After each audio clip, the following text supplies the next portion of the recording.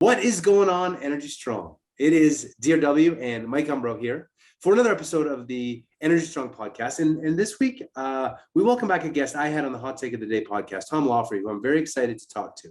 We're going to talk Europe. We're going to talk natural gas. We're going to talk getting people fired up on LinkedIn because it's super fun. And we're also going to talk about what I'm seeing in the bottom right-hand corner of my computer screen right now, where Microsoft has now taken it upon them to tell me when a heat wave has hit Denver, and that they flag in my little temperature to say what it is. It says heat wave record high. There's panic around climate. There's panic around Europe. There's panic around natural gas and energy this winter. And we welcome Tom to the show. Tom, how are you doing today? Doing well, David. As always, you've kind of started with a bang. So keep going and let's talk. Well, so let's start with LinkedIn, because you made a comment just before we recorded, and I find it interesting. And it is the state of the world today. And I'm curious how you respond to this, right? We talk about youth and the challenges of social media and depression, but yet we incent people based on likes to be more gregarious, more extroverted, more flamboyant. I mean, even if we talk about trans for a second, if you post that you're trans, I guarantee you I would have 50,000 likes in the next 24 hours. And so it incents behavior. Whereas if you're being thoughtful, as you talked about, you really don't get the engagement. I'm curious how you think about that in the context of your communication on LinkedIn or Twitter and what it means for the world. Well, maybe we can get to what it means for the world. On Twitter, I tend to just sort of roll with it and post work that's representative of what we're doing at Flow. On LinkedIn, there's like another set of rules, which you've sort of figured out how to maximize that. But recently I put up a post that said something like, we're going to have a conversation about decarbonization and the effect that it's going to have. And I posted a picture of German power prices going through the roof. I got about 20,000 hits on that, and people were fighting. And some guy wants to, I asked him if he wanted to decarbonize mankind, and he was on board with that. And it was a very different sort of result than when I post something that is like factual and important and needs some interpretation. So, I mean, maybe there's some value in starting the fight because it wakes people up. It's going to be a hard winter over in Europe, but if that's the state of the world, that's what I've seen. Was that a controversial take? I'm just curious. I'm trying to find what was so controversial about it. No, I don't think it was very controversial, but I think there's going to be a problem that comes out of this politically. There are policies that have failed. And I think people have a belief system that's failed. Everyone here knows it. We need hydrocarbons. It's 85% of the world's energy. And now Europe's going to suffer the consequences of going too far in the other direction. I guess there is controversy out there because people are going to kind of have to say they were wrong about something. Well, as we saw with COVID, there's not a lot of people saying they're wrong. And that is one of the unique parts about this. And so I want to dive right into Europe. There is going to be a reckoning where energy policy and of course the climatologist catastrophists would never say this, but the doubling down on wind, the doubling down on solar, the vilification of fossil fuels, the destruction of coal plants with useful life, and the vilification of nuclear, which we've now finally started to see turn, because at least they're calling that green. We've walked ourselves into an atrocious corner. And Tom, I know you're passionate about what's going on in Europe. Natural gas is a big issue. Russia's an issue. Walk listeners through the nuance of supply, demand, volumes, where they're getting it, how they're covering it, and what you see happening. Is it a big stretch for me to say Europe is absolutely screwed this winter? No, it's not a big stretch at all. And people have to be saying it. And there are a limited number of people that are saying it. And last weekend, Ian Bremmer posted on Twitter, he said, even if Russia cuts off all the gas, as it is likely, and they did, it increasingly looks like Germany can get through the winter without severe rationing. That is going to be so painful for people. And we can talk about like what rationing looks like, because we've run some numbers. But this is not just a geopolitical thing. This is going to, people are going to feel pain, physical pain from it.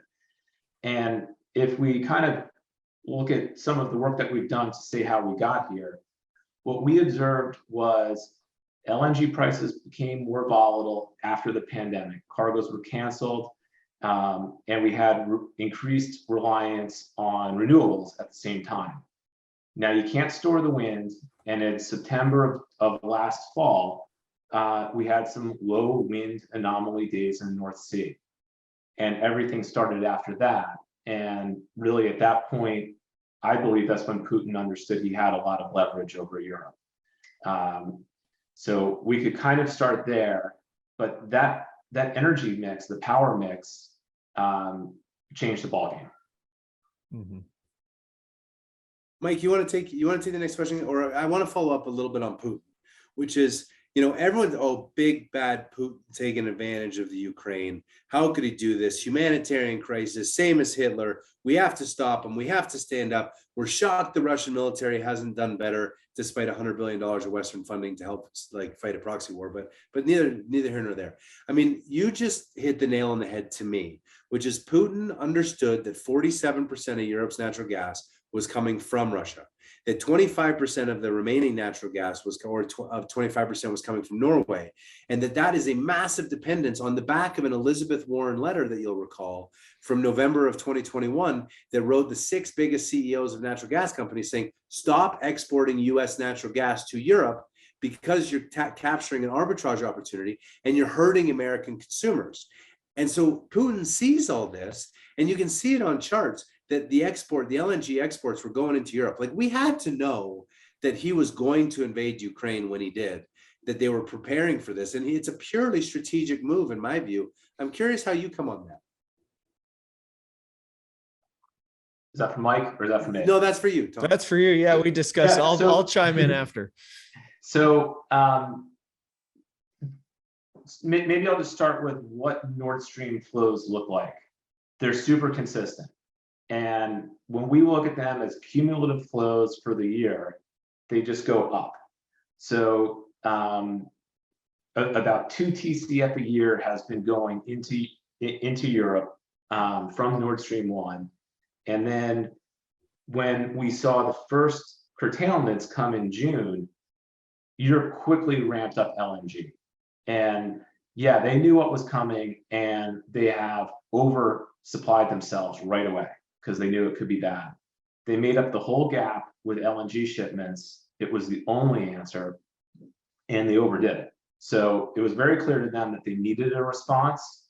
The flip side of that is that response has been very costly, and they've managed to do it at a time when Asia has been relatively out of the market. So Asia is going to come back in as we get into the winter, and we're going to see more competition as long as we follow normal seasonal patterns. So it's been a one solution response, and I don't know that there could really be any other solution in this time frame. But keep in mind, it hasn't been going on for very long.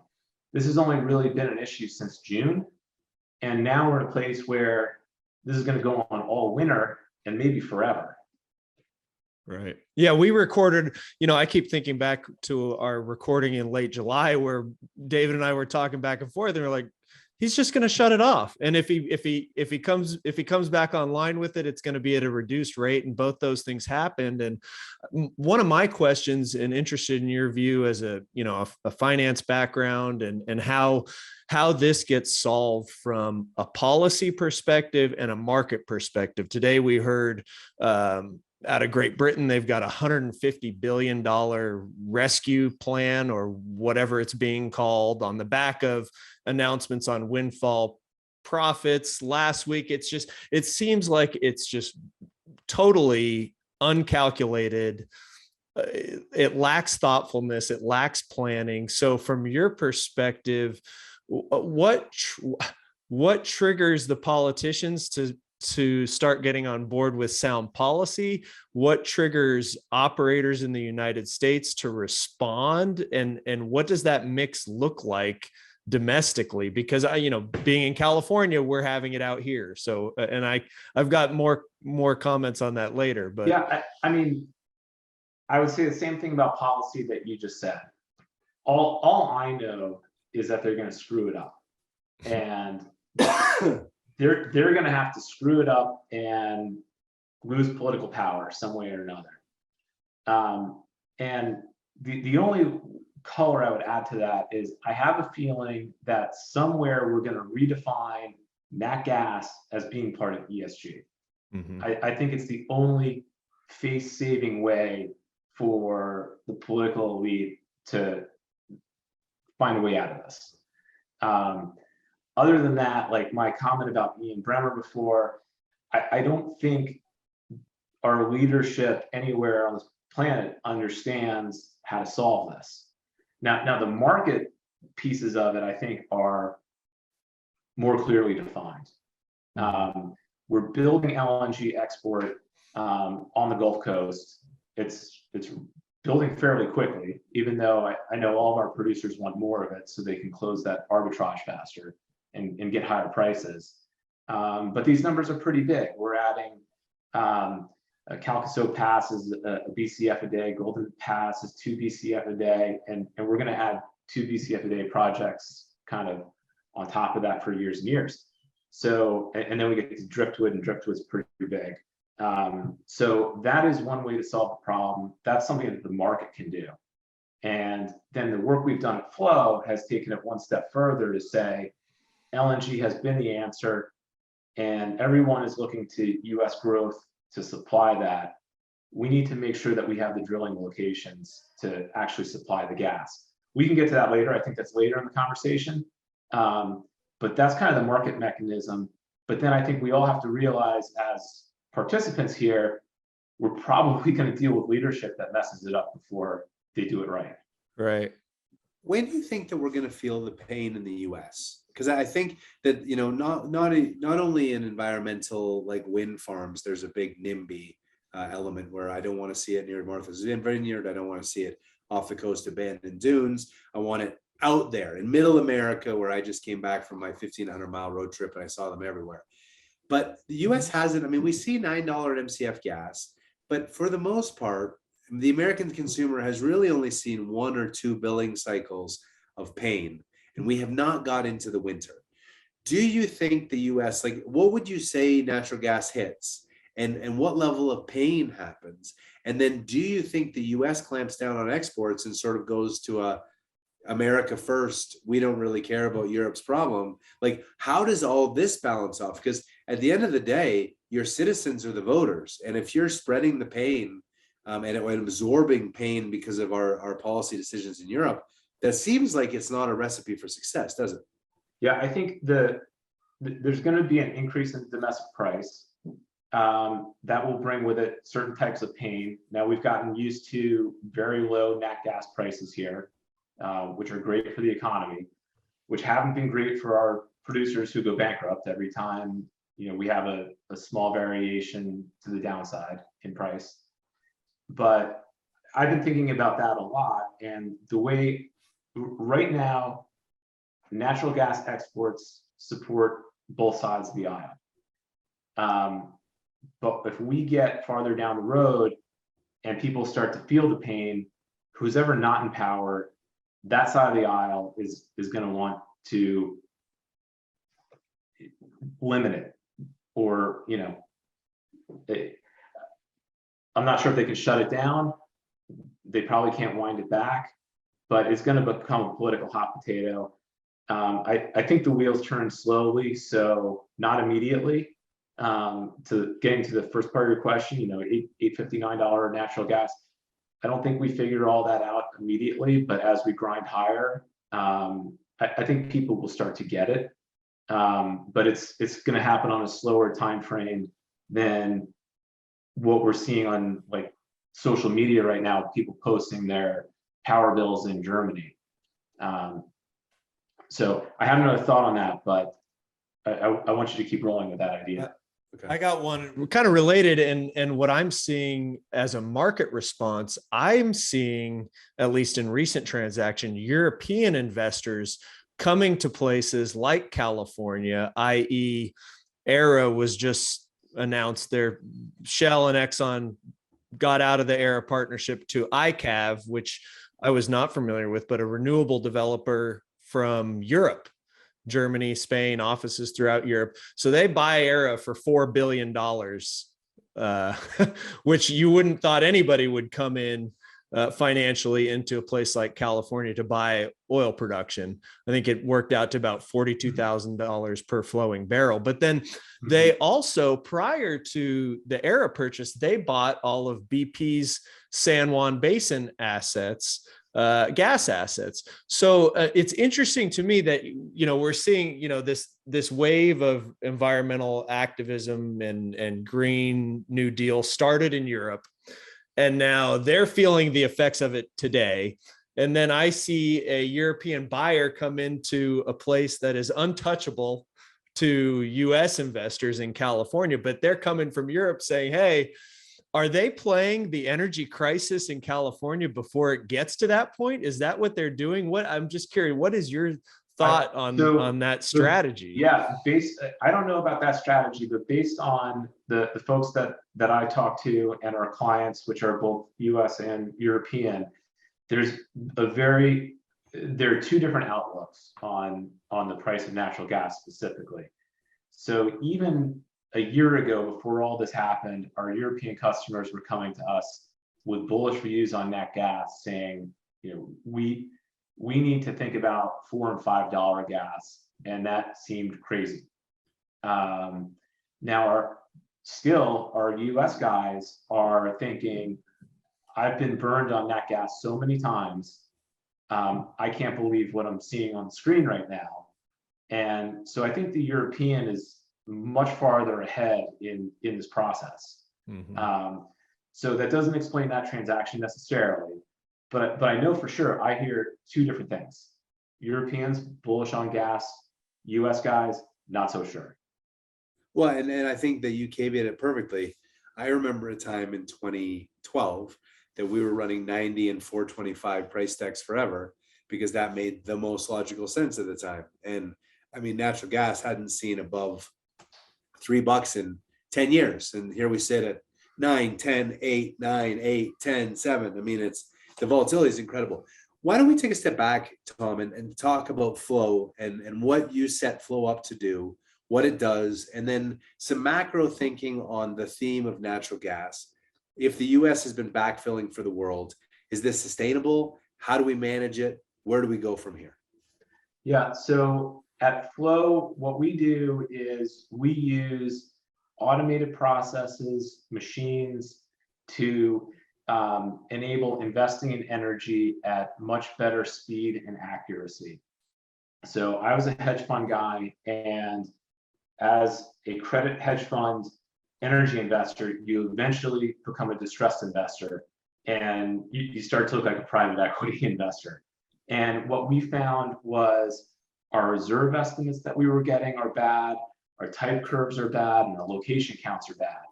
So I looked at that situation and realized there were $2 trillion of assets out there that were priced wrong.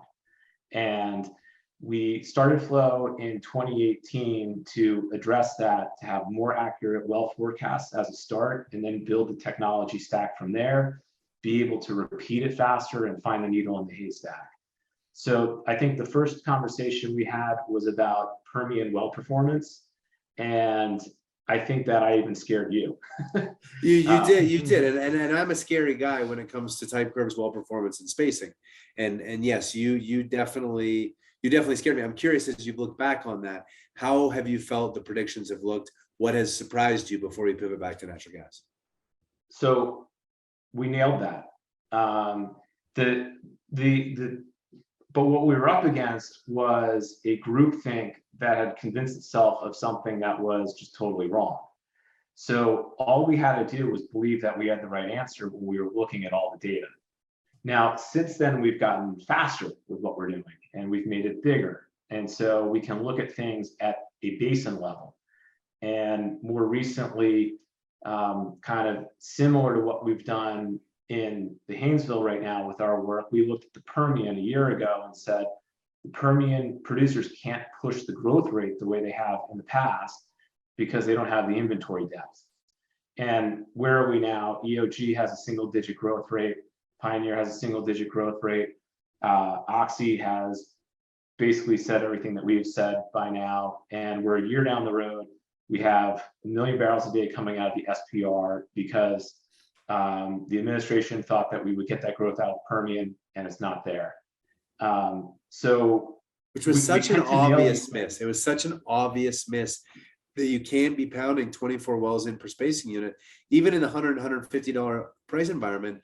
You know, you're going after tier 2 zones, spacing, especially in the Eagle Ford Bakken. We are so massively over drilled. And then the Permian, whether it's permit issues in New Mexico, or just Texas has been so over drilled in the Midland, and the Delaware Basin has some geology issues. I mean, it's crazy. I mean, as you know, I've been talking about peak oil USA since 2019, and people thought I too was crazy. And yet here we sit with something that's extremely predictable from a data standpoint. And it causes a major gap in our policy in terms of energy independence and where we go from here in terms of oil migration into and out of the country. So it's nobody's job, except for maybe mine, maybe yours, to predict and discuss these sort of things. And that's not a slag on anybody, but if you're working on an individual project or you're drilling wells, like, it's not your job to say the growth rate of the Permian Basin won't hit an investment bank's numbers. It's a very important problem, but nobody's really tasked with it. But so where we have found ourselves over time is going from these micro situations in the Delaware Basin to much larger questions about which way the wind is blowing. So we can find things that are going to drive commodity prices a year out. There's a lot of noise between here and there, but we can say in 1 year, we're not going to see the growth rate in the Permian Basin. Okay, so that's something that happened. And now we're into a giant geopolitical situation. That's probably the biggest thing that we've all seen since maybe the shale revolution started. And what's on the table is a US Marshall Plan for energy, essentially. Mm-hmm. And so can we now start to think about what the right price has to be? Because that was part of your loaded question there. And I can say pretty confidently that the back end of the curve doesn't reflect where I think marginal production needs to come on as we deplete that first wave of really good Haynesville inventory that's 3,000% IRR now, but it doesn't last forever if we're going to rewrite the rules for the entire globe, which is what we're talking about. I'm curious on just, I know the answer, I think, but do you get inquiries from the Department of Energy? Do you get inquiries from the EIA or anybody that's helping to shape policy about, hey, we got to get smarter with this. We need tools to know what we're talking about?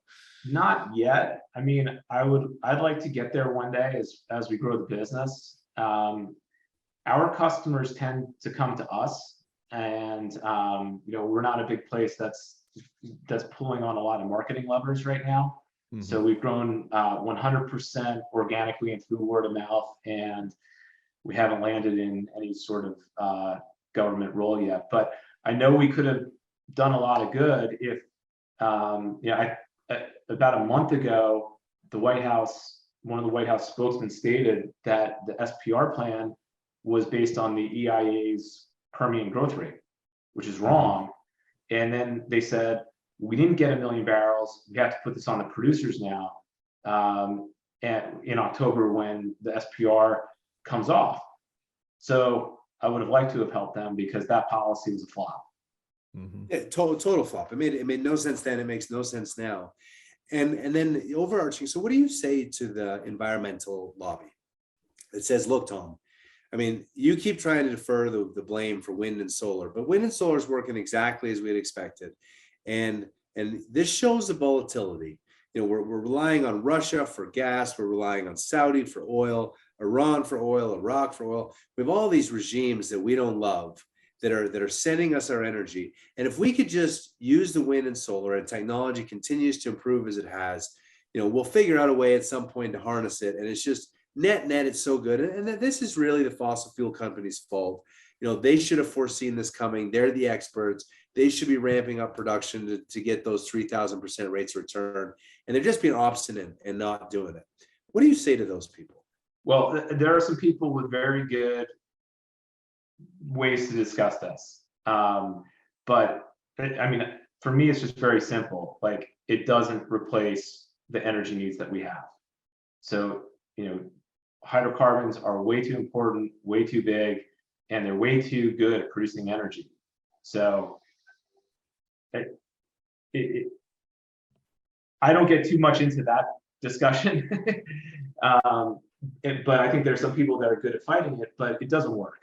So, and this is a great example of it, because it only took a couple days of the wind not blowing in the North Sea to set all these dominoes into effect.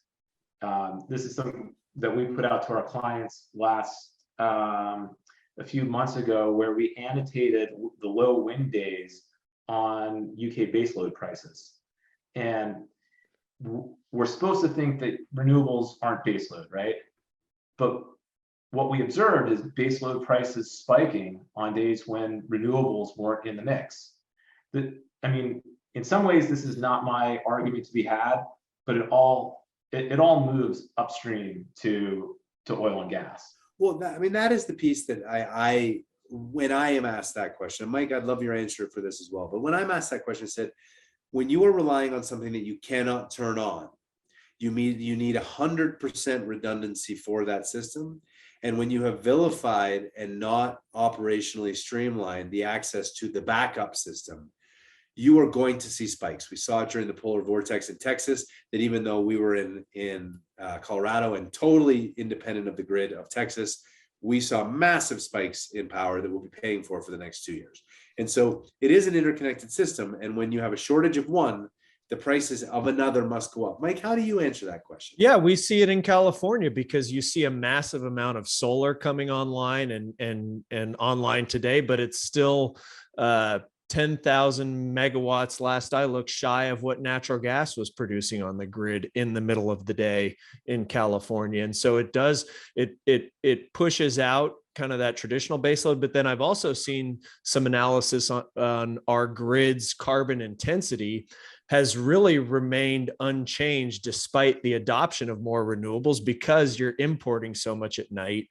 You don't have storage capacity, and it's a huge issue, and rates are going up for the consumer. So it's kind of, I mean, I'm seeing what's happening in Europe thinking, wow, I'm going to be living this. I am, in a way, but we're just not quite to that level of catastrophe on the grid yet out here. And it's the broken leg problem. And I don't remember who said this to me at this point. It's probably someone that listens to your podcast, because I know it was an energy person, but it takes you a second to break your leg and months to heal it. Mm-hmm. And it's a great analogy. What we're looking at in Europe, if we rewind to the pandemic, LNG voyages got canceled and they got behind. And with the higher renewables mix, it got harder to get inventory, to get gas deliveries when they needed them. And then European storage exited the winter really low last year, and they've had to build it back up. Well, what's going to happen next year? We're going to exit low again, and they're going to have to build it up again. And so how do we get out of this cycle? It's going to be very hard. So, Tom, it's part of my approach, and I'm perfectly comfortable about it. I am a broad Overton window talk about the worst case scenario, and I have said for over a year that millions of Europeans will freeze to death and tens of millions will go bankrupt. Now, last year we obviously saw a slightly mild winter. We hadn't seen the Russian invasion as of yet, so certainly was wrong on the millions of deaths directly. We've certainly seen Europeans who've been posting their power bills.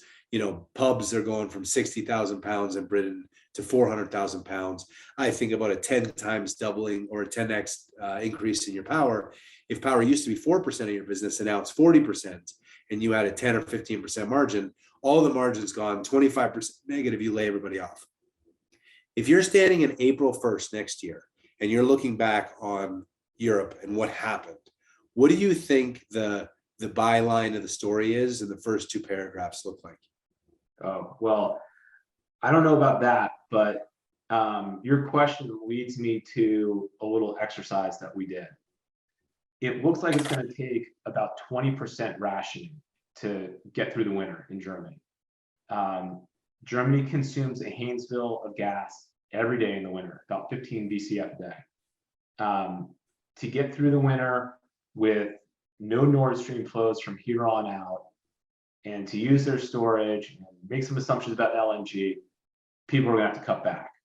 Now, just assuming it's across the board, which isn't going to be possible, but 20% rationing means you can use as much heat in December and January as you use in early October.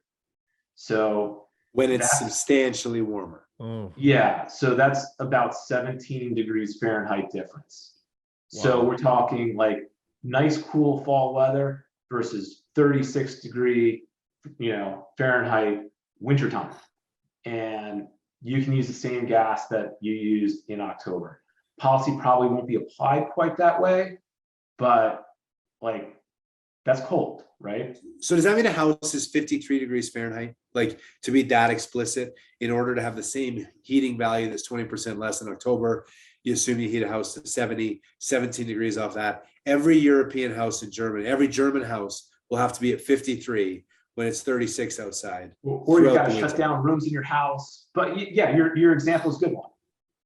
A lot well, of and how do you shut off? Well, 2 points. How do you shut off rooms? Number one, pipes will burst, right? And you can't really do that. And then number two, I mean, Europe has already clear cut most of their forests for exactly that reason, to use wood to burn.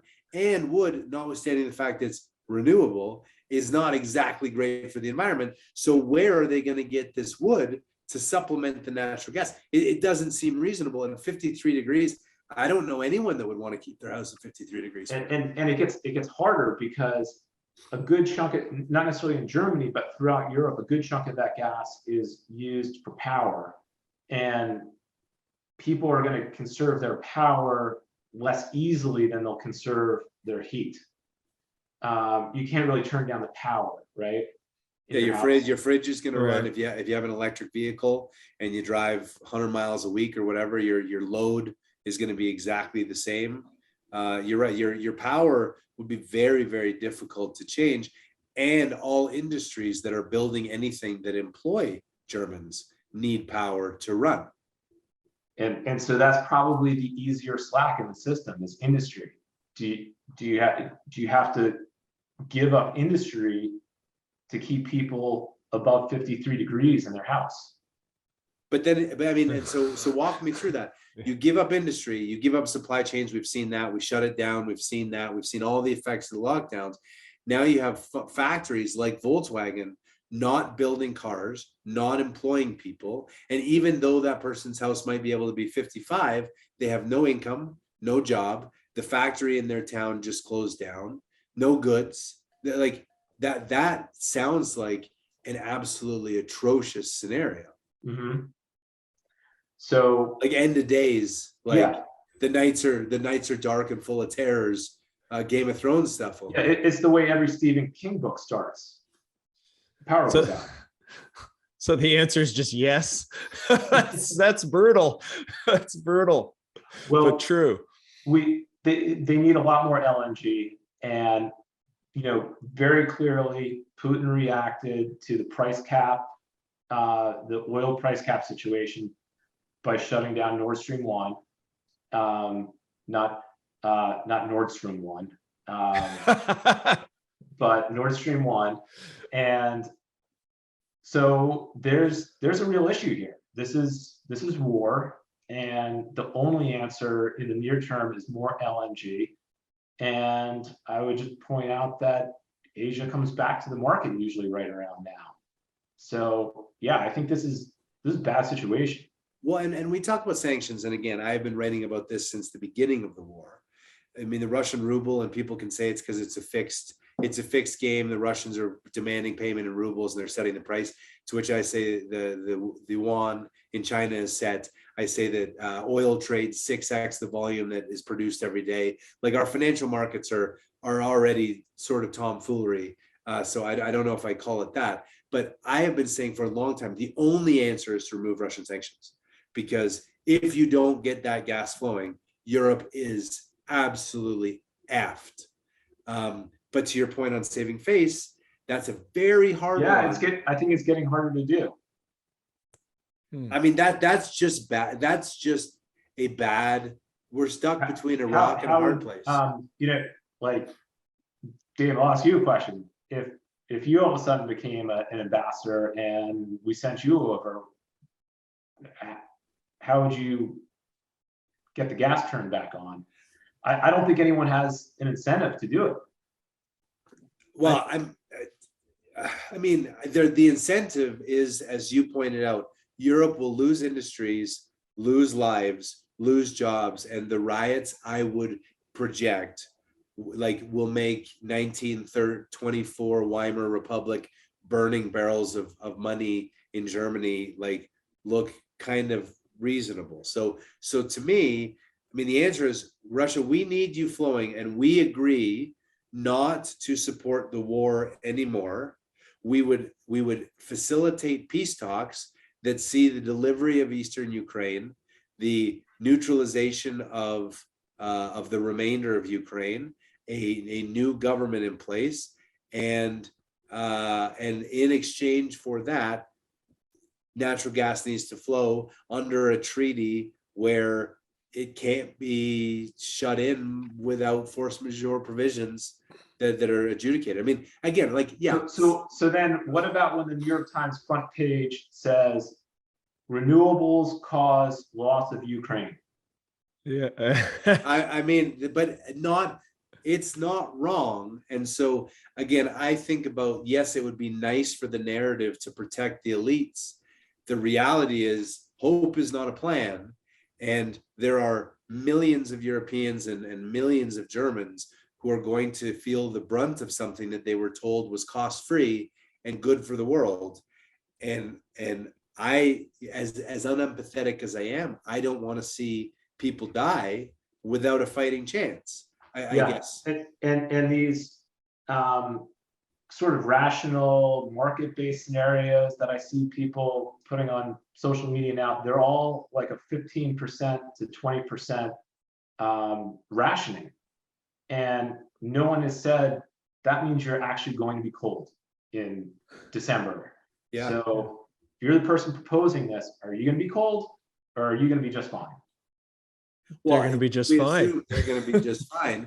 Which also, like, to your point, you can ration by 20%, but presumably that means prices will stay the same because we just don't have enough.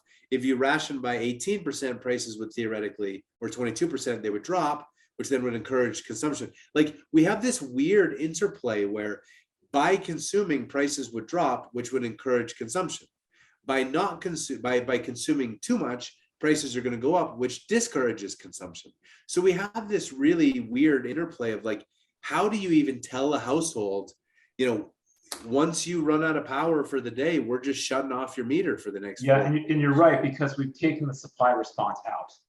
Once there is no marginal, assuming there is no marginal supply response from Russia that says, oh, well, the price went up, so many euros per megawatt hour, we're going to supply them. Well, like, there's no supply response, right? I think what we're actually seeing is the fruition of the European term degrowth. This is what degrowth looks like. And this is what their Green New Deal was all predicated on, was we have to degrow, and degrow is cold and degrow is lonely.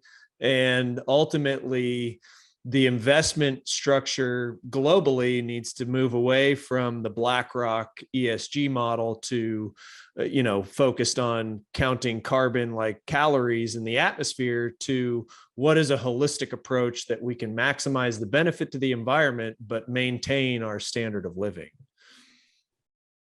I agree. Tom, my last question for you, and I don't know if you want to touch it, the oil price cap. I mean, and I put this in the backdrop of the US will never exceed 12.8 million barrels a day of production as we had in November of 2019.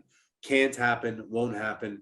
Even if you believed that we could like de-bottleneck the supply chain, I just don't believe that it's possible. We will continue to be more reliant on foreign oil. And now we have this idea that we can cap a price that Russia gets for its barrels and ergo somehow reduce the amount of financing that Russia's getting as a result of selling their product. And presumably someone benefits on the spread. If it's selling at 100 in the market and Russia's selling 60, some banker's making $40 in the middle, or some country, or like somebody's doing something. I'm curious if you want to weigh in on the price cap. I can't even get my head around how this could succeed. And just so that so that we get it out there, Russia's basically washing their oil through India right now, and they're not worse off. And I don't think the price cap idea changes that, but the price cap idea on Friday did get Putin to turn Nord Stream off. So in Putin's mind, he thinks he's winning, I'm sure. He has a high price on oil and he's causing Europe pain. So, and he's subsidizing China and India by selling them barrels at 60 when the rest of the world needs to pay 100. So not only is the world punishing their own economies, but we're actually stimulating Indian and Chinese consumption, which means that they will increase consumption at a time the world needs flat to declining until the sanctions are gone. It's truly remarkable. To your point, like one of the scenarios I've been a little worried about is kind of the post-Iranian Revolution scenario, where we had a big supply disruption in oil in the late 70s. And OPEC got formed, then OPEC realized that they could cut production, and the world just dealt with less production. So those are the kind of moving pieces we have now. And I've been wondering in the back of my head a little bit this whole time why OPEC doesn't cut. And so now they kind of snuck in that 100,000 barrel a day cut. So they can take control of the market very quickly if we're actually going to take Russian barrels off the market. Why would OPEC use their spare capacity into that? And they've already said they won't, but why don't we take that one step further? Why don't they cut? Then what do we have? We have a full-blown economic war between Brazil, Russia, India, China, and the Western world. And the Western world is losing. And not only a little, they are losing very, very badly. Yeah, so I mean, I think it's not crazy to think about, especially as someone who spent nearly 20 years at hedge funds. What are those tail situations that people don't give any credence to? Like, could 5% could this happen? I bet it's more than 5%. It would be very bad, and there would be a whole set of dominoes that fall very quickly. Well, it is the reason, and then Mike, I'll turn it to you. It is the reason that I am effectively totally out of equities and extraordinarily long oil, because I just look at the way Europe is going and the fall-on effects, and I don't think it's well understood, because people have made a career of trying not to understand energy in order to push their green narrative. And they've had to ignore the physics of energy their entire career. And now all of a sudden they're like, well, it'll be fine. But I don't believe that it is going to be fine. I think it's going to be brutal. Mike? I'm right there with you. And just to throw in Ecuador, they bought about $300 million worth of Russian diesel. And of course, everything produced in Ecuador, 70% of that comes to California, who is the greenest state and wouldn't be drilling in the Amazon rainforest, not California. So I'm the same, I think. And I think, to Tom's point, that crisis on oil supply is going to hit California first, because we are the state that's importing more oil than any other state. We're the 5th largest economy in the world, and it's all going to start coming unraveled here off the coast of Los Angeles and Long Beach. And I've been seeing it for years. And I think all the data, no one wants to talk about it, but somebody has to start talking about it in a thoughtful way. Tom, you get the last word. What do you want to leave listeners with? Well, I guess the thing that I want to leave everybody with is, if the US is going to be the solution to this, or lead the way as the solution, it's actually going to be pretty complicated. We're going to draw on our resource pretty hard. We're going to have to build infrastructure, and it's not just going to all be about the Haynesville or about the Marcellus. It's a lot of factors are going to come into play. And then what I don't have the answer for is how it all fits together, because there are assets all over the place, and people are going to have to figure out where they think prices are going and how they can participate in this, because this thing's big. It's beyond anyone on this podcast. Well, with that uplifting discussion, but honest, I mean, and this is what I would say. I would say this constantly. I always say it. We need to have these conversations. They can't be censored. They can't be punches pulled. They have to be honest. They have to be open. They have to be transparent. They have to expose themselves to data weaknesses. They have to state their assumptions. But you have 3 energy folks sitting in this room looking at the way the world is unfolding, and we have some serious and deep questions about our policymakers, and that should cause a lot of people a lot of concern. Tom, I really appreciate you joining. Mike, as always, great to see you. And Absolutely. Until next time, be safe, be good, have a great day, and bye for now.